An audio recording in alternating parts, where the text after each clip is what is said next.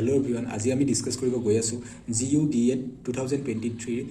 G entrance examination হৈছিলে তাৰ maths পাৰ্টটো আমি চাব গৈ আছো ম্যাথছ পাৰ্টটো আমি এই কাৰণে চাব গৈ আছো যে যদি আমি PYQ কোৱেশ্চনবোৰ এনালাইজ কৰো তেতিয়া গম পাম যে আমাক কোন ধৰণৰ বা কেনেকুৱা ধৰণৰ কোৱেশ্চনবোৰ সোধা হয় আৰু PYQ কৰিলে আৰু আমি গম পাম যে কোনটো লেভেলৰ কোৱেশ্চন আহিব পাৰে গতিকে আহক আমি আজি ভিডিঅটো আৰম্ভ কৰো আমাৰ প্ৰথম কোৱেশ্চনটো আছে if a square plus b square plus c square is equal to 83 and a plus b plus c is equal to 15 then ab plus bc plus ca then the year value to uliabo goise eta etu formula asole etu formula ase amar class 9 ot amar etu formula ase to formula to ki a plus b plus c whole square is equal to a square plus b square plus c square plus 2 bracket dibo ab plus bc plus ca তো এইটো হৈ গল আমাৰ formula তো এই ফৰ্মুলাটো use কৰি আমি এই ম্যাথছটো আমি সলভ কৰিম ঠিক আছে ইয়াত কি কৈছে a plus b plus c কিমান দিয়া আছে 15 দিয়া আছে তো a plus b plus 3 জায়গাত c জায়গাত আমি 15 পুট কৰি দিম 15 এই স্কয়াৰটো আছে যে স্কয়াৰ কৰি দিলো হ'ব এতিয়া a square plus b square plus c square a plus square a square plus b square plus c square is equal to 83 দিয়া আছে a square plus b square plus c square ইয়াৰ জায়গাত কি দিয়া আছে 83 তো আমি ইয়াত কি পাতি দিম 83 পাতি দিম plus 2 ab plus bc plus ca তো এনেকে কৰিলে আমাৰ হৈ যাব এতিয়া আমি গম পাও যে 15 স্কয়াৰ মানে কি যে 15 into 15 কৰিলে আমি কি পাও 225 পাও 225 পাও আমি আসলতে at least 15 লকে আমি স্কয়াৰ কৰিলে কিমান পাও আমি আমাৰ মনত থাকিলে আমাৰ অংকবোৰ কৰিবলৈ সুবিধা হ'ব যদি মনত নাথাকে তেন্তে আমি এনেকে পূৰণ কৰি আমি চাব পাৰো ঠিক আছে তো 15 স্কয়াৰ কৰিলে আমি কি পাম 225 ইফালে এতিয়া থাকিলে কোন 83 plus 2 ab plus bc plus ca হ'ব এতিয়া চাওকচোন এতিয়া 225 minus 83 divide by এটো যে আছে 2 to তলত আহি যাব কাৰণ এই 2 to ইয়াৰ লগত ইনটু হৈ আছে গতিকে আমি ইয়াত কোন থাকিলে ab plus bc plus ca তো এটো যদি আমি এতিয়া সলভ কৰো কিমান পাম জানেনে এই কাকত কৰিছো মই যা এটো 225 মাইনাস যদি 225 minus 83 যদি আমি কৰো কিমান পাম এফালে 2 আহিলে 5 minus 3 2 এফালে 1 আমি বড় কৰিলো 12 হল 12 minus 8 4 আৰু এফালে 1 তো আমি কি পাম a b plus bc plus ca is equal to 142 divide by 2 তো ইয়াক আমি সলভ কৰিলে কিমান পাম 71 পাম তো আমাৰ option b is the correct answer গতিকে আকৌ এবাৰ চাই লওক আপোনালোকে পজ কৰি এবাৰ ভালকে চাই লওক যদি বুজি নাই পোৱা তেন্তে কমেন্ট কৰি জনাব ঠিক আছে এতিয়া আমি 2 নম্বৰ কোৱেশ্চন লৈ আহিছো 2 নম্বৰ কোৱেশ্চনটো কৈছে a man can travel 80 km in 2 hours কোৱেশ্চনটো আকৌ এবাৰ চাব a man can travel 80 km in 2 hours and a train travel 180 km in 3 hours the ratio of their speed এতিয়া প্ৰথম আমি স্পিড উলিয়াব লাগিব ঠিক আছে মানুহটোৰ স্পিড উলিয়াব লাগিব স্পিড কেনেকৈ উলিয়াম স্পিডৰ ফৰ্মুলা আছে speed is equal to distance by time এটা স্পিড উলিয়াবলৈ আমি কোনটো ফৰ্মুলা আমি কৰিম যে ডিসটেন্স বাই টাইম কিমান ডিসটেন্স এটা বস্তুৱে ট্ৰেভেল কৰিছে আৰু কিমান টাইমত সেইটো উলিয়ালে আমাৰ হৈ যাব স্পিডটো ওলাব এতিয়া ধৰক আপুনি এই জায়গাৰ পৰা আপুনি বি জায়গালৈ যাব লাগে এৰ পৰা বি লৈ ডিসটেন্স ধৰক আপোনাৰ 10 কিলোমিটাৰ এতিয়া আপোনাৰ এৰ পৰা বি লৈ যাওঁতে আপোনাৰ যদি লাগিছে 1 আৱাৰ তেন্তে আপোনাৰ বাইকৰ যে এই যে স্পিডোমিটাৰটো এনেকৈ বাঢ়িব এই স্পিডোমিটাৰ বা অডোমিটাৰ বুলি কয় সেই অডোমিটাৰটো কেনেকৈ দেখিব জানে 10 কিলোমিটাৰ পাৰ আৱাৰ এটো হৈছে স্পিড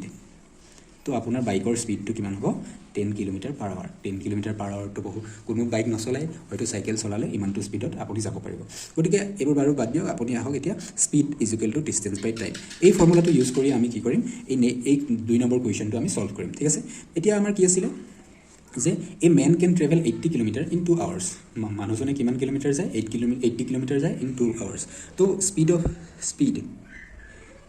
এখিনি মেন বুলি কোৱাৰ কাৰণে আমি মেনটো এনেকৈ সৰুকৈ লিখি লৈছো m বুলি লিখি লৈছো মেন বুলিও লিখিব পাৰো মানুহজনৰ স্পিডটো লিয়াম মানুহজনে স্পিড কিমান কিলোমিটাৰ গৈছিলে 80 কিলোমিটাৰ কিমান সময়ত 2 ঘণ্টা গতিকে 80 কিলোমিটাৰ ডিভাইডেড বাই 2 আৱাৰ এতিয়া আমি ইয়াক ডিভাইড কৰিম ঠিক আছে 2 ৰে যদি আমি 80 ডিভাইড কৰো তেন্তে আমি কি পাম 40 পাম তো স্পিড কিমান হ'ব 40 কিলোমিটাৰ পাৰ আৱাৰ মানুহজনে কিমান অতিক্ৰম কৰিছে 1 ঘণ্টা 40 কিলোমিটাৰ বেগত অতিক্ৰম কৰিছে ঠিক আছে এতিয়া আমি কি কৰিম এ ট্ৰেইন ক্যান ট্ৰেভেল এতিয়া ট্ৰেইনৰ স্পিডটো লিয়াম স্পিড কাৰ উলিয়াম আমি ট্ৰেইনৰ উলিয়াম ঠিক আছে ট্ৰেইনৰ স্পিড উলিয়াম এতিয়া এনেকৈ উলিয়াম আমি ট্ৰেইনৰ স্পিড উলিয়াম ট্ৰেইনখনে কিমান গতি কৰিছে 180 কিলোমিটাৰ কিমান সময় 3 ঘণ্টা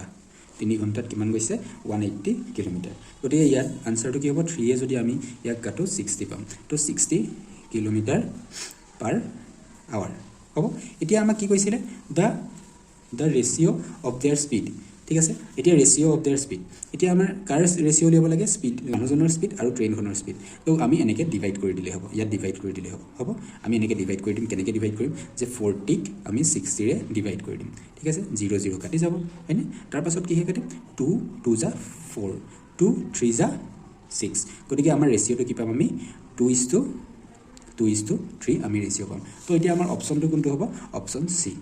2:3 is the answer আকৌ এবাৰ চাই লব এনেকৈ স্পীডৰ বিষয়ে স্পীডৰ ওপৰত কোৱেশ্চন আপোনালোকৰ যেহেতু আহিবই গতিকে এই ফৰ্মুলাটো মোস্ট ইম্পৰ্টেন্ট আপোনালোকে এই ফৰ্মুলাটো মনত ৰাখি থবই থব ঠিক আছে এতিয়া আমি কোৱেশ্চন নম্বৰ 3 লৈ আগবাঢ়ো এতিয়া আমাৰ কোৱেশ্চন নম্বৰ 3 টো আহিছে ট্ৰিগোনোমেট্ৰি পাৰ্টৰ পৰা গতিকে ট্ৰিগোনোমেট্ৰি পাৰ্টটো আমাৰ ইম্পৰ্টেন্ট ট্ৰিগোনোমেট্ৰিৰ আমি বেছি চাব নালাগে যিখিনি বেছিক হয় সেইখিনি এটলিষ্ট আমি মনত ৰাখি থব লাগিব এতিয়া কৈছে if sin θ plus cos θ is equal to 1 then sin θ into cos θ কিমান হ'ব এটো আমাৰ এতিয়া উলিয়াব লাগে এতিয়া আমি ট্ৰিগোনোমেট্ৰি আইডেন্টিটি এটা মনত পেলাব লাগিব ট্ৰিগোনোমেট্ৰি আইডেন্টিটি হৈছে যে sin square θ plus cos square θ is equal to 1 তো এই আইডেন্টিটিটো আমি ব্যৱহাৰ কৰি এই কোৱেশ্চনটো আমি সলভ কৰিম ঠিক আছে এতিয়া কেনেকৈ সলভ কৰিম আমি চাও আহক এতিয়া আমি ইয়াত আমাক কি দিয়া আছে sin θ প্লাস cos θ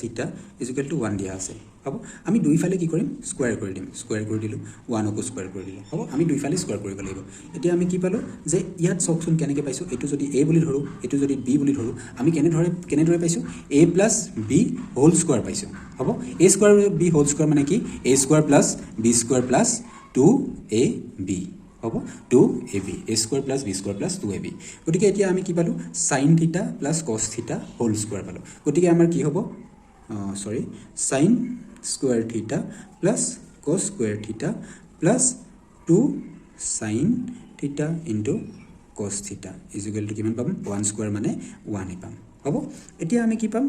ইয়াত কি পালো sin square theta plus cos square theta sin square theta আমি যদি ইয়াত চাও sin square theta plus cos square theta is equal to 1 এটো কৰপৰা পাইছিলো যে sin এটো এটা আইডেন্টিটি হয় ট্ৰিগোনোমেট্ৰিক আইডেন্টিটি তাৰ পৰা আমি এটো পাইছিল গতিকে ইয়াৰ জায়গাত আমি কি বহাই দিম 1 বহাই দিম ঠিক আছে 1 + 2 into sin theta into cos theta is equal to 1 হ'ব এতিয়া আমি কি পাম এই ইয়াক আমি ৰাখি থম 2 sin theta into cos theta is equal to এইটো 1 টো আছে হ'ব এই 1 ৰ আগত কি আছে প্লাস আছে ঠিক আছে প্লাসটো আমি লিখি নি দিও গতিকে তথাপিও আমি গম পাম যে ইয়াত প্লাস আছে গতিকে এই +1 টো ইফালে ইকুৱেলৰ ইটো সাইডে যদি লৈ যাও আমাৰ সাইনটো খলনি হৈ যাব -1 হৈ যাব গতিকে 1 - 1 মানে কি হ'ব 0 হৈ যাব আৰু ইফালে কি আছিল 2 sin theta into cos theta 2 sin theta into cos theta equal to 0 গতিকে এতিয়া কি হ'ব sin theta into cos theta is equal to 0/2 মানে 0 গতিকে আমি কি পাম sin theta into cos theta মানে কিমান পাম আমি 0 পাম তো অপচন ইয়াত কি হ'ব সি টো কারেক্ট অপচন হ'ব গতিকে আমি নেক্সট কোৱেশ্চন লৈ যাম এতিয়া নেক্সট কোৱেশ্চনটো আছে আমাৰ ৰেশিও এণ্ড প্ৰপৰ্চনেল এটো এটা ইম্পৰ্টেন্ট টপিক হয় তো এটো আপোনালোকে স্কিপ নকৰিব ভালকৈ আপোনালোকে পঢ়ি ল'ব এতিয়া আমাৰ কোৱেশ্চন নম্বৰ 4 টো কি দিয়া আছে if a is to b is equal to 2 is to 3 and b is to c is equal to 5 is to 3 দিয়া আছে then a is to c উলিয়াব লাগে এতিয়া কেনেকৈ দিয়া আছে a is to b কিমান দিয়া আছে যে a is to b দিয়া আছে 2 is to 3 তাৰ পাছত কি দিছে যে b is to c কিমান দিয়া আছে 5 is to 3 দিয়া আছে হ'ব এতিয়া আমি ইয়াক এনে ধৰে লিখিম চাওকচোন a is to b হ'ব আকৌ কি লিখিম b is to c এনেকৈ লিখিম হ'ব কেনেকৈ লিখি ললো চাওক a is to b বুলি লিখিলো b is to c বুলি লিখিলো হ'ব এতিয়া a is to b কি আছিল 2 is to 3 b is to c কি আছিল যে 5 is to 3 হ'ব এতিয়া ইহঁতক কি কৰিম জানেনে ইহঁত এই 3 আৰু 5 ইহঁত দুটাৰ এলসিয়াম লম 3 আৰু 5 ৰ এলসিয়াম কিমান হ'ব বাৰু 3 আৰু 5 ৰ এলসিয়াম যদি আমি লওঁ তেন্তে আমাৰ কি হ'ব 3 * 5 মানে আমি এনেকৈ উলিয়াব পাৰো 3 * 5 কাৰণ ইয়াত কোনো কমন ডিভিজৰ নাই গতিকে আমি 3 * 5 কৰিলে কিমান পাম 15 পাম গতিকে আমি এই ইহঁত দুটাক এই 5 টো আৰু এই 3 টো ইহঁত দুইটাকে আমি 15 কৰিব চাম হ'ব এই 3 টোক আমি 15 কৰিবলৈ কি কৰিম 5 ৰে ইনটু কৰিম হ'ব আকৌ এই 5 টোক 3 ৰে ইনটু কৰিম অকল এই ইয়াক ইনটু কৰিলে নহব অকল 3 * 5 ক ইনটু কৰিলে নহব ইয়াকো আমি 5 ৰে ইনটু কৰিব লাগিব তো আমি এই 5 টো অলৰেডি আছিল 5 ৰ লগত যে 3 ইনটু কৰিলো এই 3 লগৰটো 3 এটা ইনটু কৰি দিব লাগিব এতিয়া আমাৰ কি হল ভালকৈ এবাৰ আকৌ দেখুৱাই দিছো সব a is to b আছিলে 2 is to 3 আছিলে আমি দুইটাকে কি কৰিলো ইনটু 5 আৰু ইনটু 5 কৰি দিলো গতিকে আমি এতিয়া কিমান পালো 5 2 into 5 কিমান পালো 2 into 5 পালো আমি 10 is to 3 is to 5 কিমান পালো 15 পালো হ'ব এতিয়া আমি চাম b is to c কিমান আছিলে 5 is to 3 আছিলে হয়নে 5 is to 3 আছিলে এই 5 টো কি কৰিম 3 ৰে ইনটু কৰিম এই 3 টো কি ৰে ইনটু কৰিম 3 ৰে ইনটু কৰিম কিয় কৰি আছো b আৰু a to b দুইটা b যে একে আছে তো b দুটা এবাৰ ইয়াত 3 বুলি আছিলে এবাৰ ইয়াত 5 বুলি আছিলে গতিকে b টো আমি সমান কৰিব ট্ৰাই কৰি আছো ঠিক আছে এটো কি কৰিলো 3 into 5 কৰিলো 15 পালো 5 into 3 কৰিলে আমি কি পাম 15 পাম গতিকে b a to b O 15 hall a to b ও 15 হৈ গল দেখিলেনে বাৰু এইটো কৰিবলৈ আমি 5 আৰু 3 ৰে ইনটু কৰি আছিলো বুজি পালেনে এতিয়া 9 এটো আমি 3 into 3 কিমান পালো 9 গতিকে আমি এতিয়া লিখিব পাৰো আমি ইয়াত কি বুলি লিখিব পাৰো a is to b is to c ইয়াত কেনেকৈ লিখিব পাৰো 10 is to 15 is to 9 এতিয়া a is to c দেখিছেনে a is to c কি হ'ব যে 10 is to 9 হ'ব কিমান হ'ব 10 is to 9 হ'ব ইয়াত এতিয়া অপচনটো অপচন ক'ত আছে অপচন কোনটো আছে অপচন এটো অপচন নহয় এটো নহয় এটোটো নহয় এটো হ'ব আমাৰ কাৰেক্ট আনসাৰ 10 is to 9 এতিয়া আহিছো আমি কোৱেশ্চন নম্বৰ 5 টো দিয়া আছে in ট্ৰায়াঙ্গল ABC AB is equal to